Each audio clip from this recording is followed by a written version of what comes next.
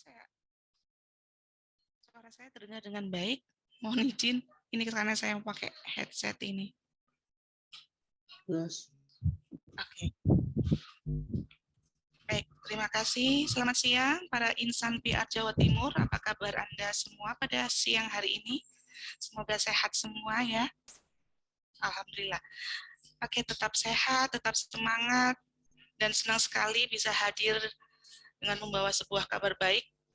Di tahun 2023 ini kita akan menyelenggarakan kembali yaitu Jatim PR Award yang merupakan salah satu kompetisi yang sangat prestisius yang bisa kita ikuti bersama, baik itu dari insan PR, dari lembaga, organisasi, kemudian institusi, kita juga asosiasi BUMN, pendidikan tinggi, baik itu perguruan tinggi swasta, perguruan tinggi negeri, kemudian politeknik pun gitu, dan kita terbuka untuk diselenggarakan dan bersama oleh Berita Jatim dan Perhumas Surabaya Raya.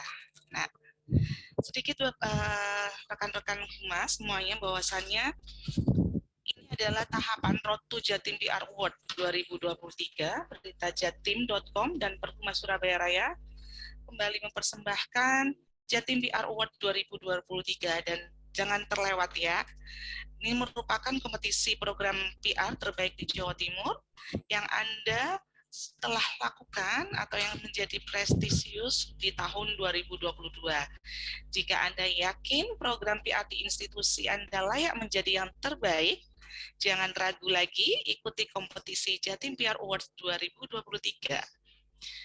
Nah, rekan-rekan humas dan Bapak Ibu semuanya, ini adalah rangkaian yang telah dilaksanakan beberapa dari sejak minggu kemarin, kemudian tadi pagi pun ada beberapa pelatihan dalam rangka menyongsong Jatim PR Award 2023. Siang ini, kali ini, kita akan sharing, kita akan membahas tentang teknik atau penyusunan proposal yang keren. Nah, di sini telah hadir narasumber kita, yaitu Mbak Vinda Maya Setianingrum, SOS MA. Beliau adalah Kepala Humas Universitas Negeri Surabaya. Selamat siang, Mbak Vinda. Siang, Mbak Aul. Oke, siap. Nah, sedikit sekilas nih, profil dari Mbak Vinda yang tidak asing lagi dengan berbagai prestasi yang sudah diraih. Beliau adalah Kepala Humas UNESTA saat ini, dan sebelumnya beliau juga sebagai dosen ilmu komunikasi UNESTA, kemudian pengurus Perhumas Surabaya Raya, dan pernah juga menjadi presenter radio dan televisi. Dan saat ini beliau sedang berjalan ya, melaksanakan pendidikan S3 Ilmu Komunikasi di Universitas 11 Maret. Sedangkan S2 Ilmu Komunikasi telah diraih di Universitas Gadjah Mada, dan S1 Ilmu Komunikasi dari Universitas Muhammadiyah Malang. Achievement yang diraih baru saja, yaitu tahun 2022, beliau sebagai juara 3 insan humas dari Anugerah Humas Diktiristek 2022 dengan berbagai penghargaan yang telah diraih dari tahun ke tahun. Itu sedikit sekilas profil tentang Mbak Vinda, dan sepertinya Mbak Vinda, meski menyusun proposal, itu adalah sudah merupakan pekerjaan sehari-hari ya yang dilakukan oleh praktisi humas. Namun kali ini kita ingin tahu nih tips, kemudian mungkin strategi atau ada sesuatu nih yang dimana bagaimana menyusun proposal itu agar keren. Dan ini juga bisa mendukung teman-teman atau para insan PR ini nanti akan bisa memberikan atau menuangkan kegiatan kehumasannya dalam rangka mengikuti Jatim PR Award nanti. Kami berikan waktu Mbak Vinda 30 menit bisa untuk memaparkan dan nanti kita lanjutkan diskusi bersama karena kita lebih fleksibel ya. Mbak Vinda bisa menyampaikan berbagi dengan rekan-rekan insan pers siang hari ini. Rekan-rekan insan PR, maaf, siang hari ini. Monggo silakan Mbak Vinda. Baik, terima kasih Mbak Aul. Suara saya terdengar baik ya? Terdengar jelas? Terdengar baik Mbak Vinda. Baik, terima kasih Mbak Aul. Izin memulai. Selamat siang. Assalamualaikum warahmatullahi wabarakatuh. Yang kami hormati Bapak Ibu pimpinan dari Berita Jatim, ada Pak Luki, ada Bu Ellen, teman-teman semuanya, dan Mbak Reni dan kawan-kawan, kemudian teman-teman dari Perhumas Surabaya Raya, terima kasih juga sudah bergabung di sini. Terima kasih Mbak Aul, moderator siang hari ini. Kemudian saya sampaikan juga selamat siang untuk para mitra ya di Jatim, di acara ini ada Portal Communication dan Pilar ID, dan juga tentu yang berbahagia seluruh Bapak Ibu yang ada di Zoom pada siang hari ini. Izin hari ini saya akan membawakan atau memberikan materi atau pemaparan tentang teknik pembuatan proposal, dan tentu kita tahu bahwa berbagai bidang pekerjaan saat ini pasti memerlukan pembuatan proposal. Karena ketika kita ingin menyampaikan sesuatu, kita ingin menawarkan kegiatan, program, pasti yang dilihat adalah proposal. Pekerjaan di bidang kehumasan, public relation memang sangat dekat dengan membuat proposal. Jadi membuat proposal memang kalau dulu sekali itu merupakan pekerjaan yang sepertinya tinggal copy paste gitu ya, tinggal copy paste dan rata-rata menggunakan Microsoft Word, tapi hari ini semakin berkembang, bahkan proposal-proposal itu bisa didesain dengan sangat bagus karena saat ini sudah berkembang bidang keahlian desain grafis, kemudian desain komunikasi visual, dan lain-lain. Izin saya share screen untuk PPT-nya. Mungkin nanti saya setelah beberapa slide ini lebih banyak memberikan contoh ya Mbak Aul dan Bapak Ibu semuanya. Jadi dari contoh tersebut nanti saya bisa sharing gitu kenapa kemudian muncul ide ini. Jadi saya pernah mengikuti satu acara itu di Jakarta dan ada teman dari UI begitu yang mengatakan bahwa proposal itu yang paling sering membuat terkesan itu adalah di halaman pertama. Jadi pengantar, latar belakang itu sudah harus nendang gitu, sudah harus bisa menjelaskan maunya apa itu. Baru kemudian kita jelaskan di tengah isinya apa. Nah, tetapi ketika akan mengonsep halaman pertama atau slide pertama itu juga kita harus berpikir ya, tidak bisa serta-merta. Jadi kami di Universitas Negeri Surabaya di tim Humas itu selalu membiasakan ketika akan ada event atau acara yang kami memerlukan proposal, itu kami selalu ada briefing. Jadi kami selalu ada meeting khusus yang di situ kami brainstorming isinya apa gitu. Bahkan kami selalu menunjuk satu orang yang kami minta untuk mempelajari panduan. Misalkan dalam satu acara itu kan sudah ada ya penjelasan-penjelasannya, panduan-panduannya, maka panduan itulah yang harus dicermati. Di satu orang atau dua orang mencermati panduan. Jadi ketika kita membuat proposal, entah satu event atau kita mengikuti lomba gitu, atau mengikuti kompetisi, kita tidak akan keluar dari koridor. Banyak sekali hal yang sangat disayangkan menurut saya dalam satu kompetisi atau beberapa kali kompetisi saya mendapatkan informasi gitu dari para juri bahwa kenapa ini tim ini tidak lolos atau kenapa proposal lembaga tersebut tidak lolos karena ternyata tidak sesuai panduan yang diberikan. Jadi makanya di awal itu kami selalu membaca panduan gitu. Dan panduan itu selalu berbeda-beda. Kompetisi apa yang diikuti, misalkan kita mengikuti kompetisi di Kementerian Pendidikan, maka akan berbeda panduan ketika kita mengikuti kompetisi di Kementerian Kominfo, misalkan Komunikasi dan Informatika.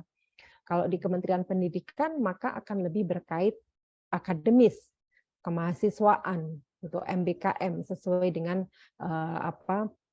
campaign ke Kementerian Pendidikan. Tapi kalau kita misalkan ke Kementerian Keuangan gitu ya, maka yang dikampanyekan adalah tentang misalkan keuangan, pajak dan lain-lain. Di Kementerian Kominfo juga seperti itu, yang dikampanyekan adalah teknologi informasi. Maka panduan-panduannya itu harus kita pelajari.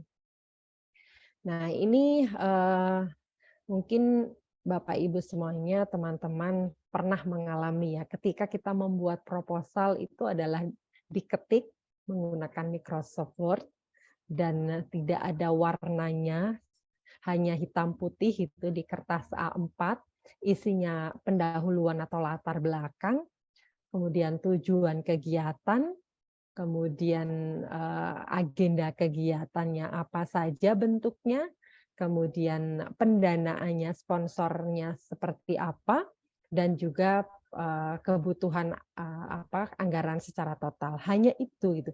Bahkan kita lupa bahwa orang yang membaca proposal ini juga perlu mengetahui sebenarnya maksud dari kegiatan ini apa. Saya kira semuanya sudah berkembang dengan baik. Proposal-proposal seperti ini mungkin akan kita ingat sebagai satu kenangan yang dulu kita lakukan ketika SMA misalkan. Bapak Ibu yang ketika SMA misalkan pengurus OSIS gitu, pasti ingat ketika membuat proposal masih diketik gitu ya. Di kertas hitam putih, kemudian di kertas A4 dalam bentuk Microsoft Word dan isinya hanya kata-kata. Yang itu kadang copy paste, diganti tahunnya aja. Pernah mengalami nggak? Mbak Aul pernah mengalami nggak kira-kira kalau kita buat proposal dari tahun ke tahun yang diganti cuma tahunnya? Iya, Pernah betul. pernah Nah, ngalamin kan? apalagi kalau sudah deadline gitu ya, Mbak Nah, Frida. Nah, betul. Padahal isu itu perkembangan dari tahun ke tahun itu terus berganti gitu. Ketika kita membuat proposal, kita bahkan harus tahu programnya Pak Jokowi tahun ini tuh apa gitu.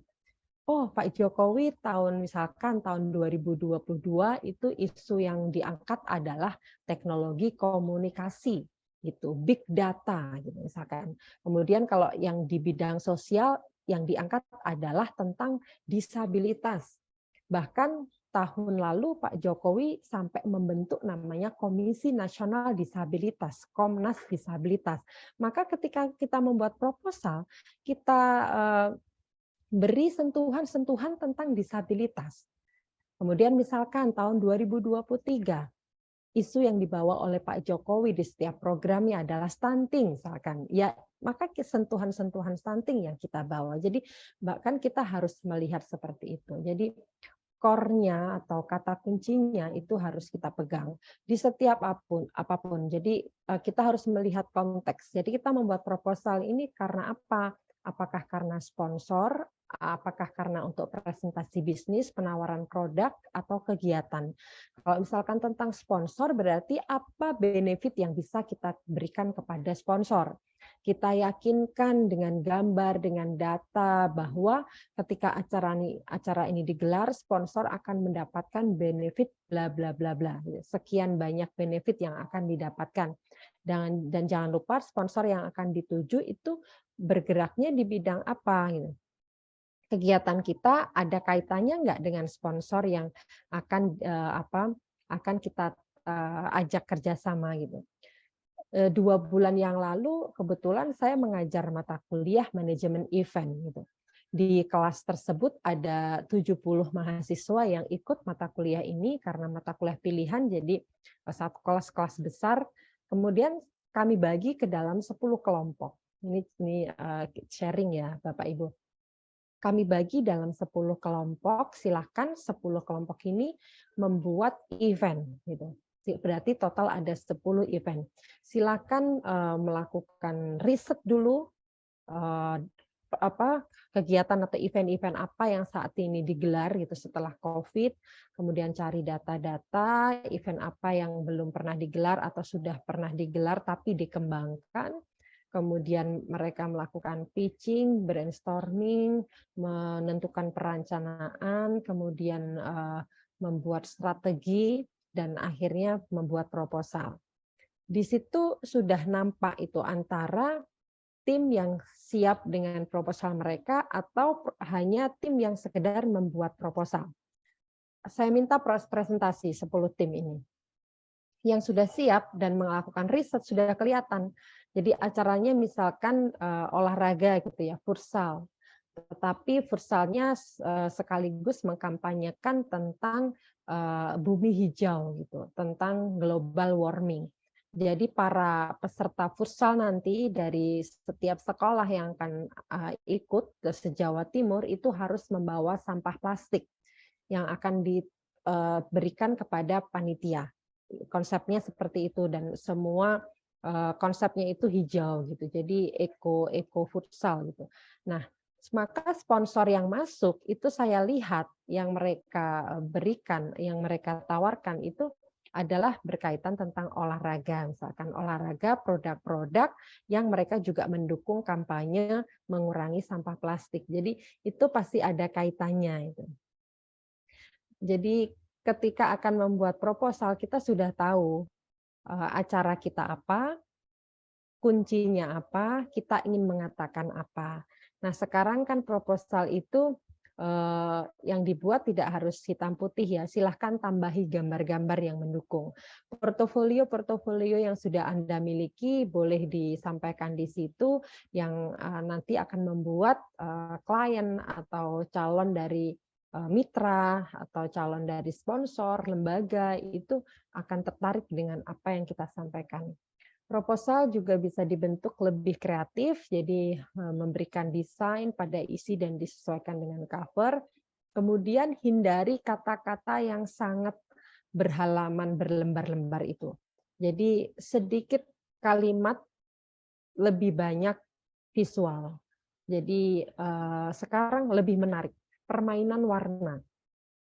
Warna yang seperti apa yang kira-kira sesuai dengan event yang akan kita lakukan. Dan warna ini juga boleh melambangkan atau sebagai representasi dari maksud dan tujuan proposal yang kita buat. Kemudian Bapak, Ibu, dan teman-teman, ketika membuat proposal, perhatikan judul. Judulnya seperti apa. Jangan judul ini dibuat dengan memaksa, tapi buat judul ini ada artinya gitu. Kayak yang tadi saya contohkan, olahraga mungkin hari ini yang dipikirkan adalah karena sehat gitu ya, olahraga karena bergerak dan sehat. Tetapi bagaimana olahraga ini dikaitkan dengan eco green gitu. Atau kalau di kami yang namanya Eco Campus, maka kemarin ada event namanya Eco Futsal. Jadi ini saya sharing ya. Jadi acara mahasiswa kemarin dengan beranggotakan 10 mahasiswa, mereka menggelar Eco Futsal se-Jawa Timur, diikuti puluhan SMA se-Jawa Timur. Mereka mencari sponsor dengan berbagai produk itu masuk ya, berbagai produk minuman itu masuk. Dan untuk selevel mahasiswa, mereka itu bisa mendapatkan keuntungan sekitar 80 juta untuk event tersebut. Jadi karena kekuatan membuat proposal, kemudian kekuatan acaranya, value dari acaranya, selain juga futsal adalah menjadi olahraga yang saat ini digemari oleh anak-anak SMA. Jadi seperti itu harus berdasarkan riset. Jadi riset sebelumnya kalau kompetisi futsal kayak apa ya? Riset sebelumnya kompetisi futsal seperti apa? Jadi itu berdasarkan riset. Judulnya seperti apa? Kemudian perbanyak grafik, buat poin-poin. Grafik ini akan menunjukkan perkembangan, pertumbuhan dari tahun sebelumnya, tahun 2021 seperti apa, 2022 seperti apa, 2023 di awal ini seperti apa. Jadi buat poin. Kemudian tambahkan visual-visual yang representatif dan memperhatikan tone warna juga tipografi. Nah, setelah kita secara teknis dari sisi warna, dari sisi bentuk, kemudian kita juga harus mengetahui kontennya seperti apa. Jadi ada tahapan membuat proposal, perhatikan baik-baik strategi komunikasi. Dalam proposal itu kita ingin menyampaikan pesan apa, kita ingin menyampaikan nilai apa gitu. Jadi message-nya itu harus muncul dalam proposal. Kemudian buat strategi perencanaan yang baik. Kemudian ikuti tahapan-tahapannya, kemudian upayakan dalam proposal tersebut ada dampak. Ketika Anda menggelar event ini, dalam proposal itu disebutkan dampaknya apa nanti yang akan didapat oleh peserta.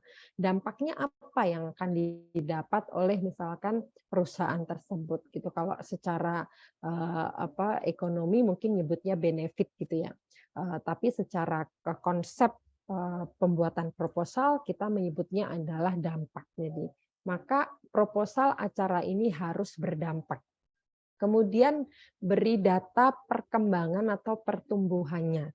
Itu saya selalu mengulang-ulang ketika memberikan materi tentang pembuatan proposal karena memang pertumbuhan itu akan membuat kita mengetahui perbedaannya. Jadi dari tahun sebelumnya dan tahun sekarang itu seperti apa progresnya. Nah, ini kami mencontohkan bahwa UNESA Rumah Para Juara gitu ya. Nah, setelah ini saya beri slide-nya. Jadi kenapa kok UNESA Rumah Para Juara? Karena kami riset dulu. Jadi kami memberi judul proposal UNESA Rumah Para Juara. Riset dari kami adalah kami memberikan informasi kepada mahasiswa melalui Instagram kami bahwa Anda yang memiliki prestasi baik tingkat lokal, nasional maupun internasional, kirim prestasi tersebut, kabarkan prestasi tersebut kepada kami di Humas UNESA melalui email, sertakan foto, kemudian deskripsi kegiatan, deskripsi kompetisinya seperti apa, kemudian kami menjanjikan akan memberitakan dan mempublish prestasi mereka. Dan waktu itu di luar dugaan animonya sangat bagus. Ternyata ada 1.000 lebih prestasi mahasiswa dalam 1 tahun yang mereka mungkin tidak menyampaikan keluar, tetapi ketika kami memancing dengan mengumumkan itu, mereka ternyata banyak sekali prestasinya. Nah, dari situ akhirnya kami punya judul UNESA Rumah Para Juara, karena dalam 1 tahun bisa menghasilkan 1.000 prestasi. Nah, data ini juga yang kemudian diambil oleh para pemangku kepentingan, pimpinan-pimpinan kami di UNESA untuk memberikan satu kebijakan bahwa mahasiswa yang berprestasi akan diberikan reward. Entah itu bebas SPP 1 semester, entah itu bebas SPP sampai lulus, itu dilihat berdasarkan tingkatan dan kualitas dari kompetisi yang diikuti. Kalau skalanya internasional atau nasional, maka reward-nya akan lebih besar. Nah, dengan seperti ini kebijakan dan itu ada SK Rektor, maka mahasiswa itu semakin banyak berlomba-lomba untuk berkompetisi. Jadi mereka tidak hanya punya pengalaman akademik, tapi juga punya non-akademik. Nah, dari situ, itu kita bisa jadikan sebagai satu core atau sebagai kunci bahwa, oh oke, UNESA tahun ini kekuatannya adalah prestasi mahasiswa.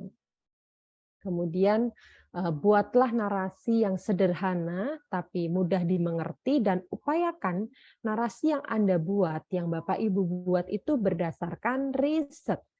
Jadi bukan berdasarkan opini, tetapi berdasarkan data. Kemudian minimalisir paragraf, perbanyak grafik. Kalau bisa pilih data-data yang menunjukkan angka peningkatan. Tampilkan angka-angka capaian. Jadi capaian tahun ini, capaian tahun sebelumnya dibuat grafik per tahun. Jadi kita akan bisa melihat. Kemudian buat poin-poin kelebihan lembaga dari Bapak Ibu, perusahaan yang Bapak Ibu tempati. dan dikelompokkan serta diidentifikasi. Tambahkan visual-visual yang bagus, saya kira hari ini skill dari pegawai, kemudian karyawan yang dimiliki oleh lembaga-lembaga itu banyak sekali tentang desain grafis, maka ini kesempatan untuk mereka membuat kreativitas. Perhatikan tone desain, apakah untuk korporat, apakah untuk bisnis, apakah untuk hal-hal yang berkaitan tentang tren sekarang, dan perhatikan tipografi yang digunakan. Oke, di sini langsung saya contohkan ya beberapa proposal dengan isu masing-masing yang pernah kami buat. Yang pertama adalah tentang UNESA Rumah Para Juara. Nah, ini Bapak Ibu, adalah proposal yang kemarin kita ikutkan dalam kompetisi Berita Jatim Award PR dan lomba PR, dan tahun lalu kami juara 1. Jadi UNESA mendapatkan juara 1 karena kita mengirimkan PR campaign project seperti ini. Jadi waktu presentasi kami menyampaikan bahwa kami membuat judul UNESA Rumah Para Juara karena ada data-datanya. Nah, ini foto-fotonya mendukung karena apa? Fotonya ini adalah salah satu mahasiswa dari Fakultas Ilmu Olahraga yang dia kemarin mendapatkan 6 medali emas di PON Papua. Jadi mewakili kontingen Jawa Timur. Bahkan Ibu Gubernur, Ibu Khofifah itu sampai mengucapkan selamat khusus di Instagram beliau karena memang beberapa mahasiswa UNESA waktu itu berhasil menyumbangkan emas di PON Papua. Jadi ini adalah data ya Bapak Ibu berarti. Jadi bukan sesuatu yang kayak abstrak, kemudian hanya gambar, tetapi foto yang kami tampilkan pun adalah foto yang sesuai dengan judul UNESA Rumah Para Juara. Kemudian di sini latar belakangnya, jadi sebagai kampus yang dulu IKIP, lekat dengan pencetak para guru, kemudian berbasis IKIP. Nah, kami harus terus ya mengkampanyekan bahwa kami memiliki kemajuan yang luar biasa gitu dari tahun ke tahun yang akhirnya kami menjadi universitas gitu. Dulu kami IKIP Institut Keguruan dan Ilmu Pendidikan, kemudian berganti nama menjadi Universitas Negeri Surabaya. Ini yang kemudian kami kampanyekan bahwa kalau dulu tentang pendidikan, sekarang tidak hanya tentang kependidikan, tapi juga memiliki berbagai jurusan dan program studi yang total 76, dan itu ada ilmu pendidikan dan ada murni. Nah, di sini kami sampaikan kekuatan pendidikan masih tetap dirawat dan dijaga. Kemudian ada kekuatan tentang olahraga, kreativitas. Nah, ini menyiapkan perancangan program secara matang, mempersiapkan kurikulum terbaik. Kami berpengalaman di bidang pendidikan, jadi harus menyampaikannya bukan yang menjual istilahnya berbagai produk saja, tapi kami bicara prestasi. Prestasinya ini. Selama 58 tahun kami berdiri, secara prasarana kami memiliki banyak sekali gedung, fasilitas, laboratorium, kemudian kolaborasi antar berbagai bidang, kemudian kepemimpinan, itu juga menjadi modal penting, dan kami memiliki 60 unit kegiatan mahasiswa. Itu disampaikan di latar belakang. Kemudian ini data bahwa prestasinya ini di slide kedua kita sudah bicara data.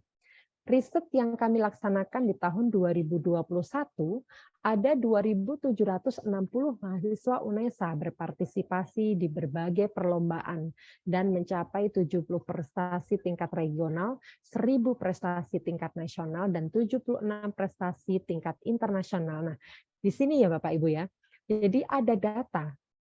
Kita menyampaikan UNESA Rumah Para Juara bukan sekedar jargon atau bukan sekedar tagline, tapi berdasarkan data.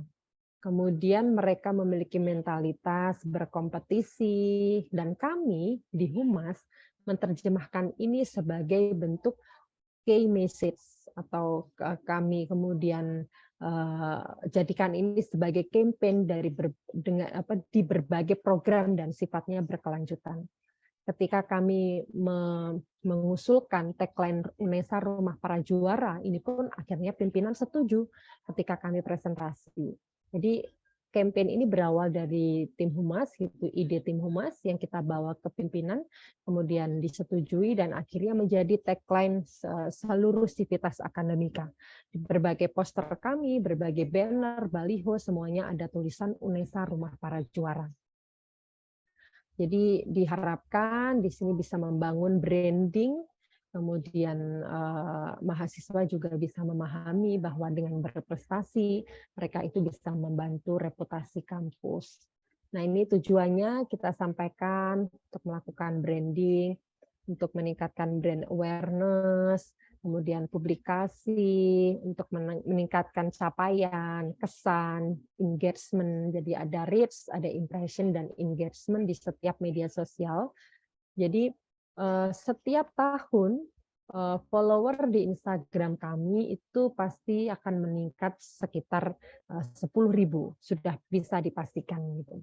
Jadi karena apa, dari total mahasiswa baru pasti follow dan itu terus bertambah ketika kami memiliki program-program yang berprestasi.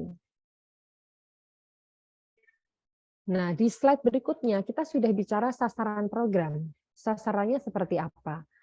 Demografinya apakah Jatim, apakah Indonesia, apakah internasional, kemudian usia yang dituju generasi milenial dan Z, kemudian psikografisnya adalah tertarik dengan program pendidikan, peningkatan inovasi, dan prestasi. Kemudian ada targetnya ya, Bapak, Ibu, dan teman-teman. Kalau membuat proposal harus diberi target. Publik internalnya siapa, publik eksternalnya siapa. Kalau di sini kami sampaikan publik internalnya adalah dosen, mahasiswa, alumni, kemudian publik eksternal adalah calon mahasiswa baru dan perusahaan sebagai mitra kami, dunia usaha dan dunia industri. Bisa dibayangkan setiap tahun ada 1 juta lebih lulusan SMA yang mereka sedang memilih perguruan tinggi. Gitu. Dari 100 lebih perguruan tinggi negeri dan ribuan kampus swasta, mereka akan memilih itu kampus mana nih yang akan dijadikan sebagai tempat mereka kuliah. Ini yang kita jadikan sebagai yang kita kemas gitu. Bisa dibayangkan jumlahnya 1 juta lebih, maka kita harus mengemas isu, publikasinya seperti apa. Nah, ini yang kita tawarkan. Kemudian ini programnya, key message-nya apa? Ketika ada UNESA Rumah Para Juara, kita pakai key message nggak di setiap kegiatan? Pakai gitu. Jadi ada karya muda, ada kiprah, ada inovasi, dan ini semuanya dari mahasiswa gitu. Kemudian pelibatan media kita juga sampaikan bahwa kita tidak bisa mungkin dengan mudah menciptakan branding kalau kita tidak dibantu dengan media. Kita sampaikan dalam proposal tersebut, maka nanti akan ada media-media partner yang akan membantu kita mempublikasikan kegiatan-kegiatan kita.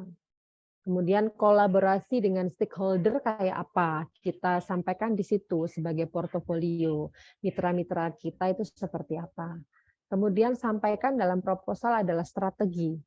Jadi bagaimana apa yang dilakukan itu dalam PR campaign ini, bagaimana keberagaman jenis tulisan, kemudian bagaimana cara menggaungkan pesan UNESA Rumah Para Juara, di sini dijelaskan. Kemudian key success indicator. Di sini ada digital campaign, ada mass media campaign, ada collaborating with internal stakeholder, dan langsung kami sampaikan data dari kegiatan, dari event atau dari kampanye yang kita lakukan itu dampaknya seperti apa. Di sini kita sampaikan ada dampak, yaitu jumlah peningkatan pendaftar. Tahun 2021 ya, ini data 2021, pendaftar kita itu meningkat 32% kalau secara total ya. Ini di jalur SNPTN saja naik 25%, dari awalnya 24.000 menjadi 30.000 pendaftarnya. Ini kita sampaikan bahwa sebagai kesuksesan campaign yang kita lakukan di berbagai media sosial dan di berbagai event. ada grafik. Ini yang saya katakan ada grafik, dan tunjukkan grafik itu adalah grafik peningkatan. Jangan grafik yang turun. Kalau ternyata data di perusahaan atau lembaga Bapak Ibu kok turun ya dari tahun lalu, coba cari event lain atau coba cari data lain yang di situ tentang peningkatan. Kalau misal nih kami di UNESA pernah waktu itu data apa gitu tentang misalkan publikasi gitu ya, ilmiah itu kita turun gitu. Maka yang kita naikkan adalah yang kita publikasikan bukan tentang publikasi ilmiah, tapi tentang upaya kita program-program tentang kependidikan. Nah, itu kita nomor 8 tingkat nasional. Maka kita sampaikan tahun lalu kita 15 besar, tahun ini kita masuk di peringkat 8 tentang kegiatan-kegiatan pembelajaran, tentang perkuliahan, tentang MBKM, itu kita sampaikan peningkatannya. Kemudian sampaikan juga rencana-rencana atau plan ketika ada krisis. Nah, ini contoh ketika kita membuat proposal lomba PR ya, bahwa ketika ada krisis itu apa yang kita lakukan. Rapat, koordinasi, kemudian cek, recheck, monitoring, evaluasi, dan menentukan keputusan. Baik, itu adalah tentang yang UNESA Rumah Para Juara ya. Di sini saya coba berikan contoh juga ketika kami kemarin lomba siaran pers di Kementerian Pendidikan dan Kebudayaan, ada lomba humas kategori siaran pers. Kami mendapatkan juara 1 medali emas tahun 2022. Kami mengalahkan 105 perguruan tinggi negeri yang ada di Indonesia. Coba di sini saya sharing tentang bagaimana kami membuat proposal. Nah, ini Bapak Ibu. Jadi kami sampaikan kebijakan siaran pers. Jadi ini yang dibaca oleh juri waktu itu. Jadi juri akan melihat slide pertama itu kayak apa. Proposalnya tidak banyak, jadi tidak boleh lebih dari 10 halaman. Waktu itu sudah di buku panduan sudah disampaikan, jadi seluruh perguruan tinggi yang ikut di sini itu sudah disampaikan, lihat panduan. Jadi kami lihat panduan, proposalnya tidak boleh lebih dari 10 halaman, maka kami mengelola itu ya, mengemas itu. Jadi dari data misalkan 20 halaman kita press. Jadi kita meeting mana yang harus kita hilangkan, mana yang harus kita kerucutkan gitu, perbanyak gambar dan grafik. Nah, di sini langsung kita sampaikan di slide pertama, bagaimana sih manajemen pengelolaan persnya. Langsung kita sampaikan bahwa komposisi tim itu sangat berpengaruh. Jadi kami melibatkan praktisi media profesional sebagai koordinator liputan, sebagai editor, yang kenapa kok kita melibatkan praktisi media profesional untuk menyeimbangkan antara pemikiran akademisi yang memahami teori dengan dan lembaga pendidikan dengan media-media yang memang sudah profesional. Kemudian ada partisipasi sivitas akademika, melibatkan sivitas akademika, dosen, membagikan kegiatan seputar MBKM melalui email atau WhatsApp. Kemudian ada monitoring dan evaluasi dilakukan secara rutin pada kurun waktu harian, mingguan, dan bulanan, dan hasilnya dirapatkan di setiap 3 bulan. Nah, di sini kita sampaikan di halaman pertama. Kemudian slide kedua langsung kita beri strategi. Juri langsung melihat strateginya ada 4 ternyata. Oh, 1, pemetaan media sosial berdasarkan isu dan karakter. Jadi karakter perusahaan atau lembaga kita ini apa sih karakternya? Isu yang akan kita angkat apa? Gitu. Kemudian strategi liputan melibatkan mahasiswa. Ini akan mempermudah gitu karena mereka kan juga ingin punya pengalaman, ingin punya portofolio. Nah, kita ajak mereka sebagai partner kita, sebagai agen humas untuk bisa meliput berita-berita seputar di fakultas masing-masing. Kemudian strategi publikasinya seperti apa, apakah melalui email atau melalui WhatsApp group, disesuaikan dengan selera dari media masing-masing. Kemudian memanfaatkan pakar. Jadi kampus itu kelebihannya kan punya pakar. Banyak sekali pakar mereka, para guru besar, profesor itu kan memiliki keahlian masing-masing berdasarkan riset yang selama ini mereka lakukan. Nah, ini kita manfaatkan. Seperti kemarin ada kasus Kanjuruhan gitu. Ketika kasus Kanjuruhan yang ramai kan diberitakan tentang gas air mata. Tentang gas air mata kok beracun ini kenapa? Nah, kami punya pakar kimia anorganik yang pasti tahu ya tingkat ketika gas air mata ini disemprotkan, maka kekuatan mata untuk bisa menahan itu seperti apa. Nah, itu dijelaskan secara ilmiah. Maka pakar-pakar kimia anorganik keluar. Nah, ini akan ditangkap oleh media-media, dijadikan sebagai isu yang memang pas ketika kasus Kanjuruhan itu muncul. Jadi ini kita jadikan sebagai strategi. Kemudian capaian. Jadi kita harus menampilkan capaian dalam proposal yang kita buat. Jadi apa yang sudah dihasilkan kemarin. Nah, ini kami sampaikan tahun 2021 jumlah berita 800 dengan 500 berita spesifik MBKM sesuai kampanye Kementerian Pendidikan. Kementerian Pendidikan meminta kampus untuk terus menggaungkan MBKM. Kemudian tahun 2022 terjadi peningkatan bahwa sampai di akhir 2022 kami ada 1.000 lebih pemberitaan UNESA di media luar. Jadi ini yang kita sampaikan di data. Kemudian setelah itu ini deskripsi pelengkap saja. Publikasi dikaitkan dengan agenda-agenda yang kemudian kemarin mendapatkan rekor muri. Nah, ini berkait MBKM, karya prestasi mahasiswa meningkat, kemudian kami memiliki tagline UNESA Rumah Para Juara yang berdampak signifikan pada peningkatan prestasi mahasiswa UNESA. Nah, dampak lain, ini Bapak Ibu yang saya ceritakan di awal, dampak ini ceritakan di proposal. Dan bukan sekedar kata-kata, tapi data, angka, statistik. Di sini kami sampaikan, campaign yang kita lakukan itu ternyata berdampak pada pendaftar. Nah, ini disampaikan dari 30.000 ke 39.000. Dari 24.000 naik menjadi 30.000. Kami naik 26%. Kemudian 2022 kunjungan SMA meningkat.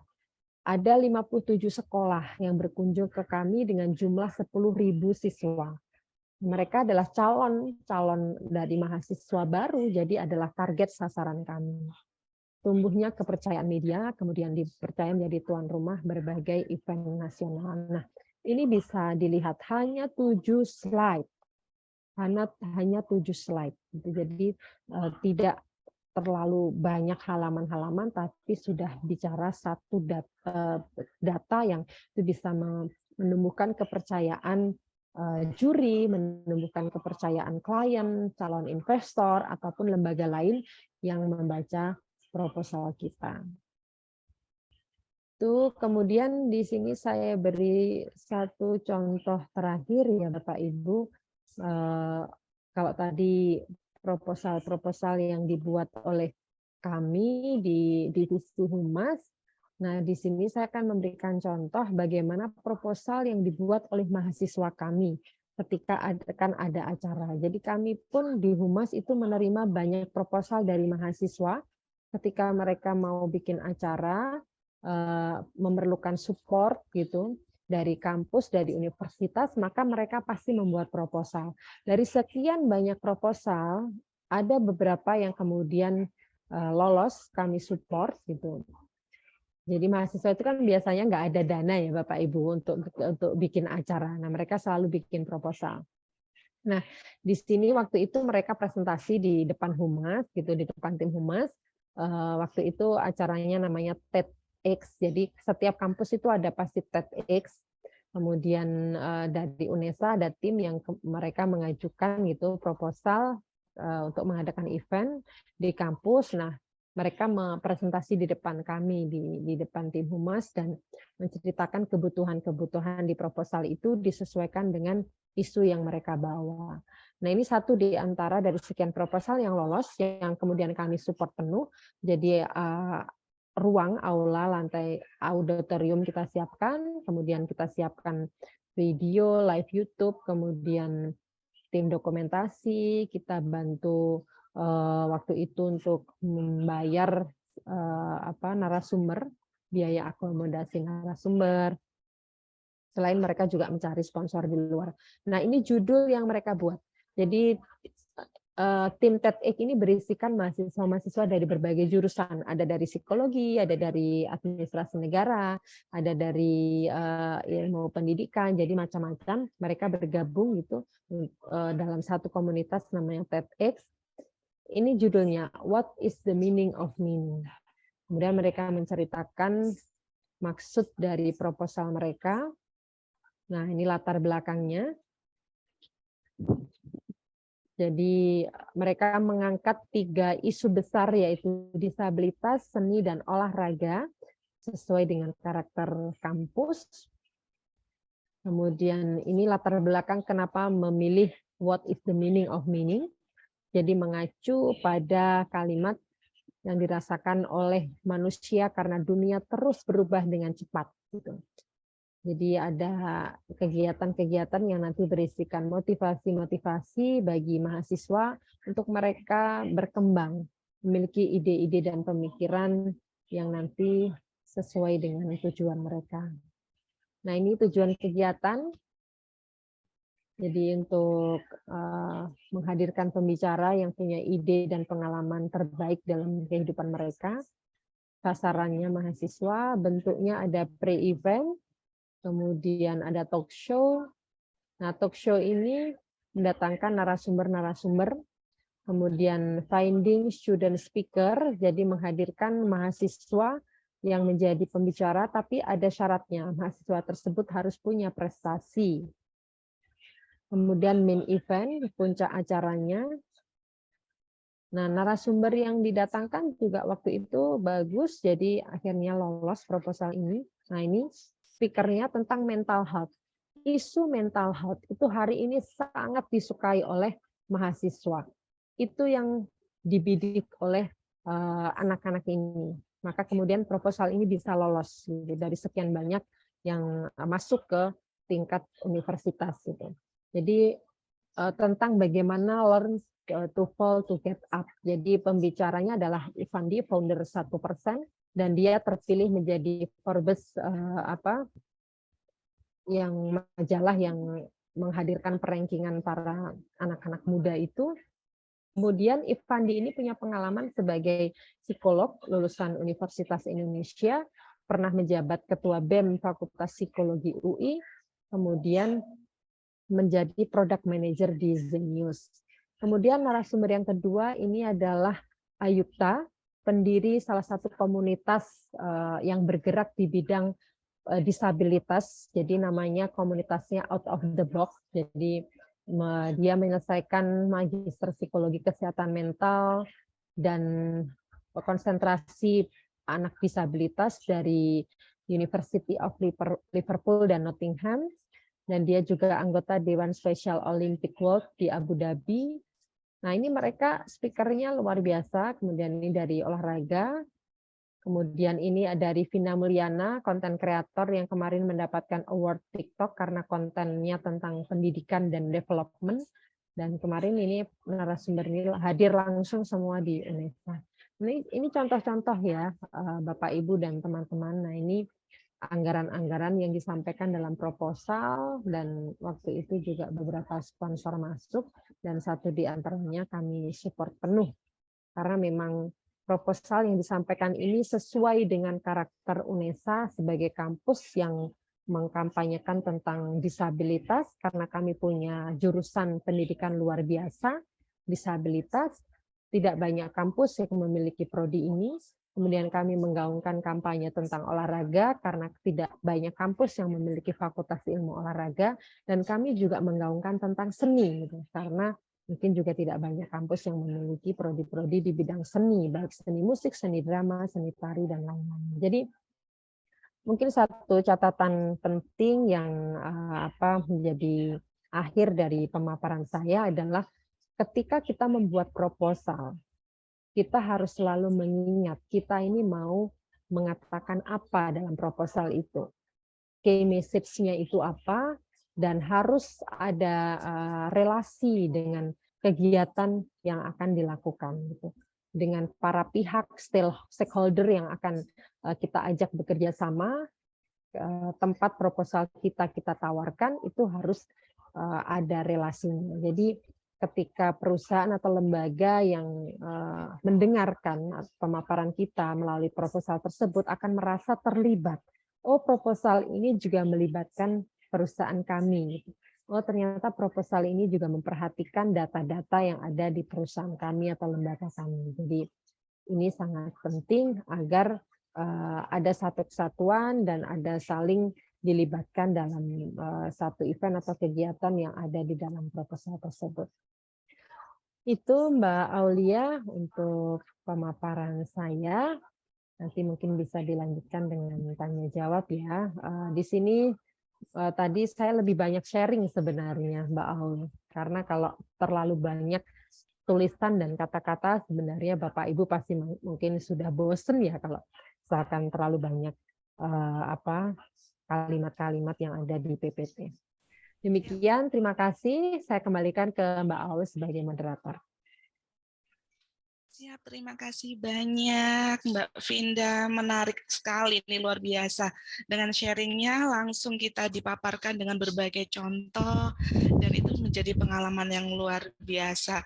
Sehingga kita juga ikut menikmati ini tadi Mbak Vinda dari contoh-contohnya. Jadi kita tidak hanya membayangkan, tidak hanya seringkali kita membuat proposal, tapi juga seringkali kita juga mendapatkan berbagai tantangan ya. Nah, ini ada hal yang menarik tadi, bahwasannya Mbak Vinda di awal itu mengatakan cover atau kesan pertama itu yang sangat menentukan nih, gitu kan. Jadi pahami, kita harus pahami panduannya, apa yang dimau kan seperti itu, dan tujuan besar itu apa. Serta kita harus tahu isu strategis apa yang sedang bergaung yang saat ini, dan perlu adanya key message. Nah, tadi, dan kita sudah di era yang sekarang, jadi kita lebih memperhatikan visual dibandingkan dengan kata-kata yang berlembar-lembar, dan judul itu ternyata menarik hati, menarik perhatian, dan menarik angan-angan sebagai stimulus untuk kita untuk bisa mengetahui ini maksud dan proposal ini mau seperti apa, dan narasinya berdasarkan riset dan data itu akan menjadi penguat, sehingga nanti apa yang akan kita inginkan, kemudian dampak atau relasi yang ingin kita kaitkan itu bisa tersampaikan. Begitu ya Mbak Vinda. Terima kasih banyak sharingnya, luar biasa. Nah, silakan dari teman-teman, Bapak Ibu, rekan-rekan dari Insan PR yang tergabung dalam Zoom Meet siang hari ini bisa memberikan pertanyaan atau ingin sharing bersama, monggo kami persilahkan.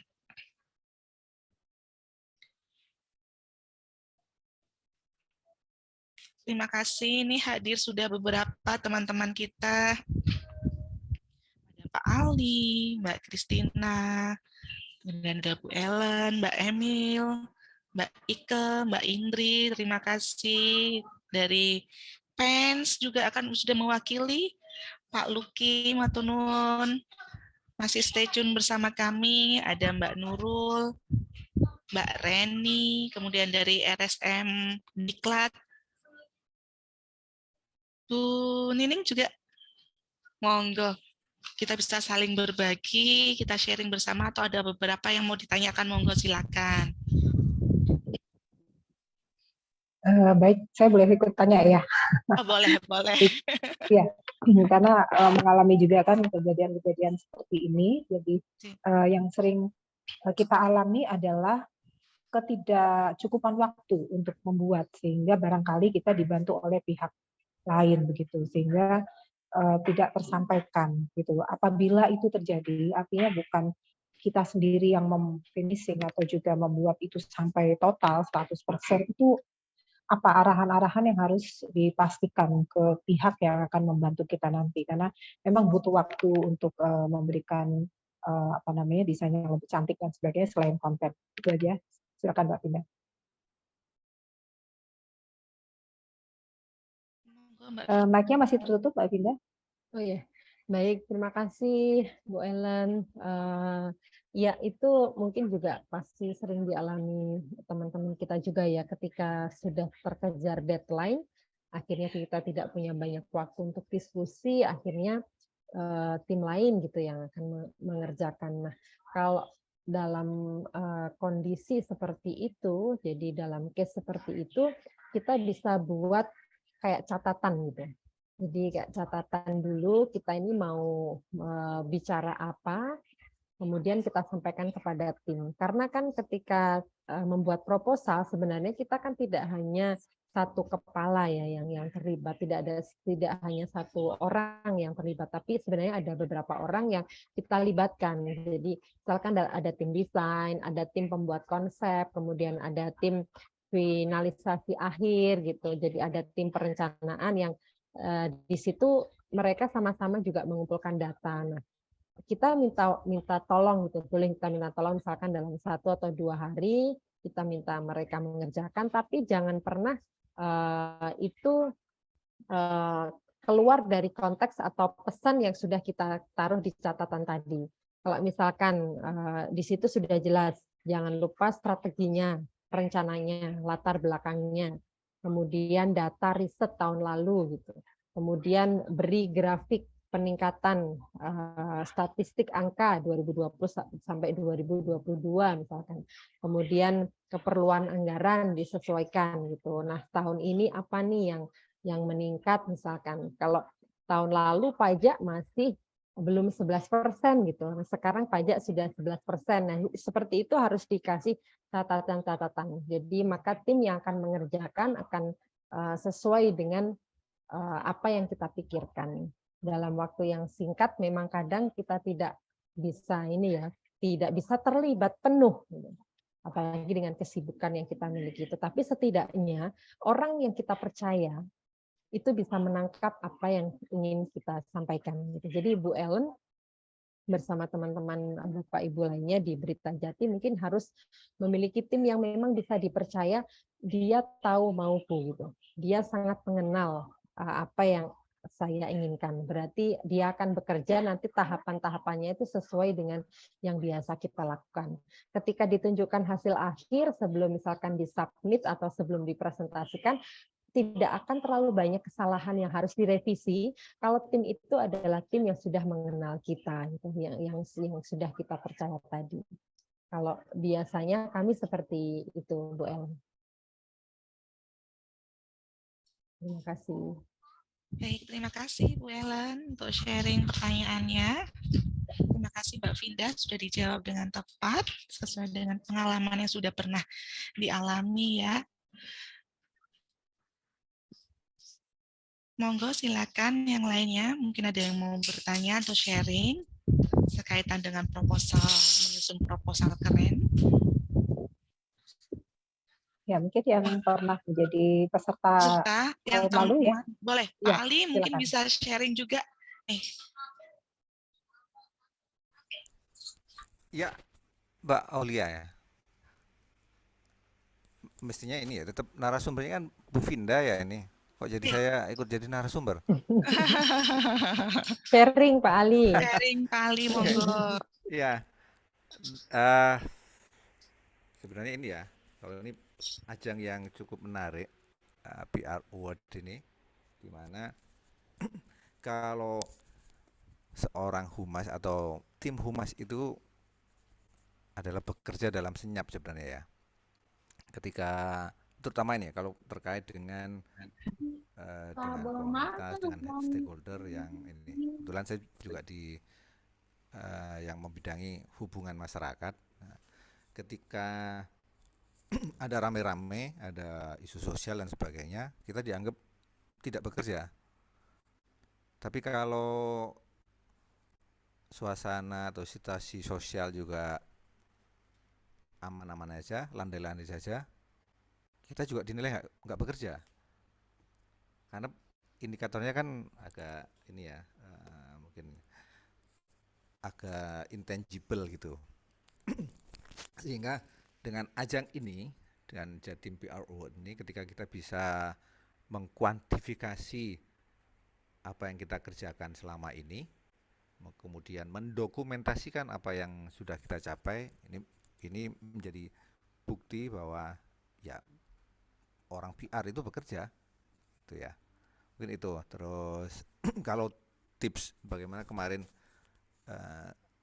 bisa tim kami, tim HCML bisa mendapatkan Silver Award waktu itu, seperti yang disampaikan Bu Vinda tadi, memang bahwa yang pertama adalah ketepatan dan akurasi data. Karena memang kita bicara tentang apa yang kita kerjakan, buktinya apa, terus kemudian apakah ada manfaat dari yang kita kerjakan itu. Sehingga ini harus faktual ya, harus ini bukan sekedar make up program, make up proposal gitu. Itu yang mungkin bisa saya share, Bu Aulia, Bu Vinda ya. Terima kasih Pak Ali. Jadi kita melakukan by data, jadi tidak make up proposal, sehingga itu akan menjadi daya tarik tersendiri gitu ya Pak Ali, Mbak Vinda. Jadi walaupun dengan ketentuan, dengan terbatasnya slide atau terbatasnya halaman yang ditentukan, tapi itu bisa mengcover dari seluruh maksud dan tujuan atau juga program yang inovasi yang kita miliki. Nah, ini ada pertanyaan dari Mbak Emil. Selamat siang Mbak Emil. Izin saya bacakan. Selamat siang Mbak Vinda, mohon izin bertanya. Andai ternyata keunggulan perusahaan yang kami wakili begitu banyak, dan semuanya merupakan prioritas serta bisa mendukung proposal kami. Padahal jumlah halaman proposal ternyata dibatasi. Lantas apa yang harus kami lakukan? Nah, ini seperti dilematis yang pernah saya hadapi juga pada saat ikut join itu kemarin. Monggo Mbak Vinda. Baik, terima kasih Mbak Emil dan juga Mbak Aul. Saya langsung ingat kemarin ketika ada kompetisi humas di Kementerian Pendidikan, ada teman humas yang menjadi juri gitu mengatakan bahwa ada satu kampus besar gitu, saya tidak sebut, tapi kampus yang sangat besar gitu di Jakarta, PTN, kalahnya karena dia mengirim 50 halaman. Sementara di panduan sudah disampaikan tidak boleh lebih dari 10 halaman. Jadi dia menceritakan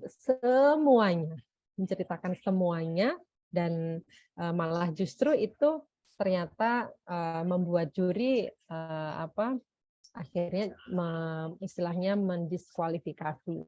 Jadi Mbak Emil dan Bapak Ibu semuanya, ketika kita membuat proposal, pasti kita ingin menceritakan semuanya. Tetapi kita harus punya prioritas gitu, atau setidaknya yang terbaik yang mana gitu. Jadi dalam tahun ini yang paling terbaru misalkan 2022. Ceritakan yang 2022 saja. Tidak usah yang sejak 2015, 2016 itu tidak usah. Jadi yang terbaru misalkan setelah COVID 2020, 2021, 2022 itu seperti apa gitu, prestasi kita yang di perusahaan tersebut, kita ini membuat apa. Atau misalkan begini, perusahaan dan banyak lembaga, sebenarnya kita itu banyak mengalami perubahan sejak COVID ya. Itu kita ceritakan inovasi-inovasinya gitu. Jadi ketika misalkan perusahaan ini membuat hand sanitizer gitu karena memang kita butuh untuk bersih gitu tangan agar terhindar dari kuman gitu. Perusahaan tersebut yang awalnya tidak memproduksi hand sanitizer ya harus menyampaikan bahwa kita perusahaan kita sangat peduli dengan dan concern terhadap COVID, sehingga produk yang kita buat pun beberapa juga berkaitan tentang isu untuk pencegahan COVID. Jadi ada prioritas-prioritas seperti itu. Saya mengambil contoh ketika kami pada saat setelah COVID, produk yang kami buat, hasil riset itu banyak sekali. Jadi tidak hanya sanitizer, tetapi kami juga membuat waktu itu robot untuk mengantarkan makanan pasien COVID. Kemudian ada nanogol dari pakar guru besar kimia yang itu bisa menjadi antibody, jadi kekebalan. Jadi ada suntik nanogol, ketika orang mendapatkan suntik tersebut, kekebalan tubuhnya meningkat, dan itu sudah dipraktekkan kepada jamaah haji. Mereka 1 bulan di Mekah itu pulang masih sehat. Kemudian waktu itu ada produk juga dari guru besar Tata Boga. Kebetulan kami punya prodi Tata Boga. Ada guru besar kami yang membuat riset daun kelor. Daun kelor ini ternyata kalau diolah sebagai makanan, tidak hanya menjadi biskuit atau cracker, tetapi bisa menjadi minuman kekebalan tubuh. Jadi produk-produk cemilan yang dibuat, baik itu cracker, biskuit, minuman, itu bisa diminum orang ketika mereka misalkan dalam kondisi yang kurang sehat. Ketika minum ramuan tersebut, daun kelor tersebut, mereka antibodinya akan kuat. Di situ disampaikan bahwa daun kelor ini kan sebenarnya banyak ya di belakang rumah kita gitu mungkin. Tapi kita tidak sadar bahwa daun kelor ini ternyata bermanfaat. Itu yang kemudian kita sampaikan. Kalau kita bicara hasil dalam 1 tahun, hasil riset banyak sekali, puluhan atau ratusan. Tapi kita buat yang paling berdampak pada masyarakat apa? Gitu. Yang paling berdampak. Jadi Mbak Emil dan Bapak Ibu semuanya, ketika menunjukkan prestasi perusahaan, pilih 10 besar atau 5 besar yang ini benar-benar bermanfaat bagi masyarakat. Yang tadi saya katakan, suntik nanogol bermanfaat. Daun kelor, biskuitnya juga bermanfaat. Robot untuk membawa obat atau makanan pasien COVID juga bermanfaat. Gitu. Jadi 3 besar itu yang kita sampaikan, yang kemudian ketika kita sampaikan proposalnya, waktu itu kita ikutkan hibah di Kementerian Pendidikan dan di tingkat nasional, kalau tidak salah juga kita ikutkan di BRIN, hibah Badan Riset Inovasi Nasional, sehingga robot ini mendapatkan tambahan hibah 1 miliar untuk dikembangkan. Yang awalnya pembuatan robot itu menghabiskan dana 700 juta, kemudian waktu itu diminta dikembangkan. Bisa nggak robot ini nggak hanya sekedar buat produk membawa makanan untuk pasien COVID, tapi bisa nggak robot ini juga bisa memutar musik yang bisa menghibur pasien COVID. Karena pasien COVID itu kan stres ya. Stres. Jadi coba robot ini juga bisa memutar musik. Akhirnya kita kembangkan dengan hibah 1 miliar itu, dengan pendanaan 1 miliar itu kita kembangkan, robot ini bisa mutar musik dan itu bisa menghibur pasien COVID. Jadi ceritakan sesuatu yang bernilai, yang nilainya itu cukup tinggi, kemudian berdampak, sehingga ketika kita tawarkan atau kita paparkan kepada para mitra atau stakeholder, mereka itu akan yakin dengan apa yang kita sampaikan. Itu Mbak Emil dan Bapak Ibu semuanya. Terima kasih. Baik, terima kasih Mbak Vinda. Mbak Emil, terima kasih sharing untuk pertanyaannya. Intinya kita kan ceritakan sesuatu yang bernilai dan berdampak. Nah, itu kita pilih yang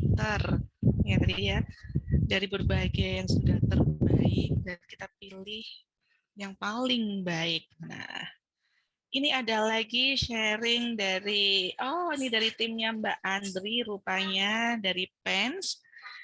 Izin. Selamat siang Mbak Vinda, salut dengan prestasi tim Humas UNESA. Misalnya, kita baru bergabung dan membuat program kehumasan, masih berproses kampanye, apakah bisa diikutkan di kompetisi ini, sementara hasilnya belum bisa diukur. Nah, itu. mungkin Mbak Vinda bisa dibantu. Ini sharing ya. Jadi teman-teman dari PENS itu masih diskusi kampanye, masih proses kampanye. Apakah mungkin bisa ikut kompetisi ini? Sedangkan dari hasil-hasil sebelumnya tuh masih belum bisa diukur nih, gitu. Untuk Mbak Vinda. Baik, terima kasih Mbak Andri. Teman-teman dari PENS ini, saya yakin produk karya hasil risetnya juga banyak sekali dan diferensiasinya sudah pasti bisa ditawarkan gitu ya, karena produk-produknya sudah sangat jelas gitu. Jadi berkaitan dengan pertanyaan Mbak Andri tadi, kebetulan kami dari UNESA mengalaminya. Gitu. Kami kemarin kan ada kategori lomba kehumasan di Kementerian Pendidikan, itu total 8 kategori. Kategori siaran pers, kategori lapor layanan aduan, kategori unit layanan terpadu, ULT, kategori video profil, kemudian kategori media sosial, kategori website, kategori majalah, dan kategori insan humas. 8 kategori yang dilombakan kami semua ikut. Tapi apakah kemudian 8 itu kami artinya siap 100%? Tidak. Kami sebenarnya ada satu yang tidak siap, yaitu unit layanan terpadu, ULT. Itu baru kami buka September 2022, dan kami ikutkan lomba pada Oktober 2022. Artinya kami memiliki waktu hanya 1 bulan untuk bercerita dalam proposal yang kita kirimkan ke Jakarta. Nah, karena kita belum ada hasil, karena yang masuk ke unit layanan terpadu itu apa, maka kami juga belum punya banyak data. Maka yang kita tawarkan kepada para juri di kementerian adalah tentang plan, tentang rencana. Kenapa nih ULT ini perlu dibuka? Nah, waktu itu kita sampaikan bahwa ketika ada MBKM, keluhan itu kan banyak ya, pertukaran mahasiswa, nilai mereka dikonversinya mungkin gagal, kemudian UKT mereka banyak yang belum mampu membayar karena mungkin orang tuanya terkena dampak COVID, PHK. Nah, banyaknya aduan ini, itulah yang membuat kami membuka unit layanan terpadu. Kami kemudian membuat aplikasi yang namanya Siapa. Siapa ini singkatan dari Sistem Informasi Aduan dan Pelayanan. Kita sampaikan, kita sudah share aplikasi ini ke seluruh sivitas akademika. Jadi kita sampaikan bahwa 33.000 mahasiswa UNESA sekarang bisa menyampaikan aduan secara online melalui aplikasi Siapa. Dan kami kemarin tidak menyangka program yang sebenarnya kami itu belum siap 100%, ternyata kemarin dapat juara 2 gitu. Jadi ini mungkin sharing untuk Mbak Andri ya. Jadi jangan pernah khawatir kalau misalkan PENS punya program kehumasan yang sedang berjalan, yang ditawarkan jangan hasilnya karena belum ada, tetapi plan-nya, rencana ke depan kenapa program ini dibuat gitu. Sukses untuk Mbak Andri dan tim dari PENS. Siap, Mbak Vin, maaf. Belum bisa gabung secara langsung. Oke.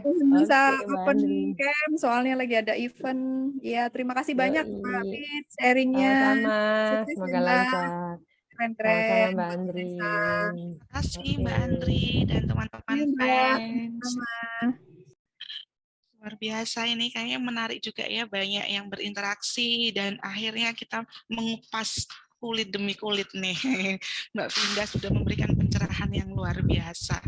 Nah, saya ingatkan kembali ke rekan-rekan PR Jatim yang tergabung di dalam Zoom Meet siang hari ini untuk rangkaian pelatihan menyongsong Jatim PR Award 2023. Nanti kita masih ada, yaitu di Sabtu depan, tanggal 11 Februari 2023, dan terdiri dari 2 sesi. Sesi pertama jam 9 sampai jam 10.30 dengan materi teknik penyusunan proposal oleh narasumber Bapak Heri Rahmadi dan moderator Mbak Andri. Kemudian sesi kedua jam 11, pukul 11 sampai 12.30 dengan materi komunikasi massa.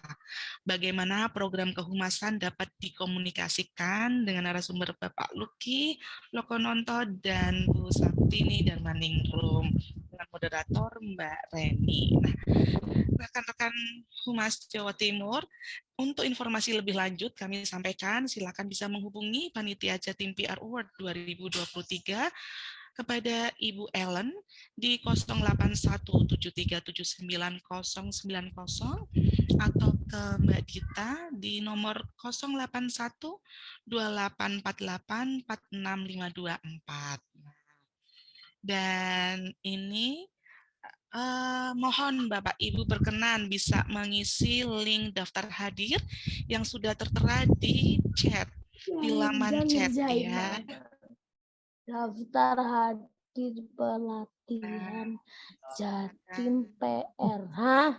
Jatim apa itu? Kan Bapak Ibu sambil mengisi linknya, link daftar hadir, kami tawarkan kembali apakah ada yang ingin ditanyakan atau kita sharing apa yang bisa kami diskusikan bersama di siang hari ini. Ya, baik. Mungkin ada pesan-pesan dari Pak Luki barangkali masih on untuk siang hari ini. Ya, C. Silakan, monggo. Ada prakata pesan-pesan dari Pak Luki sebagai pimpinan dari Berita Jatim. Monggo silakan Pak Luki. Atau Bu Nining ini juga ada di Bu Nining, ya. Apakah sedang monitor? Iya, baik. Baik, silakan Bu Nining. Oke, matur nuwun. Mohon maaf, ini baru selesai meeting juga sebentar.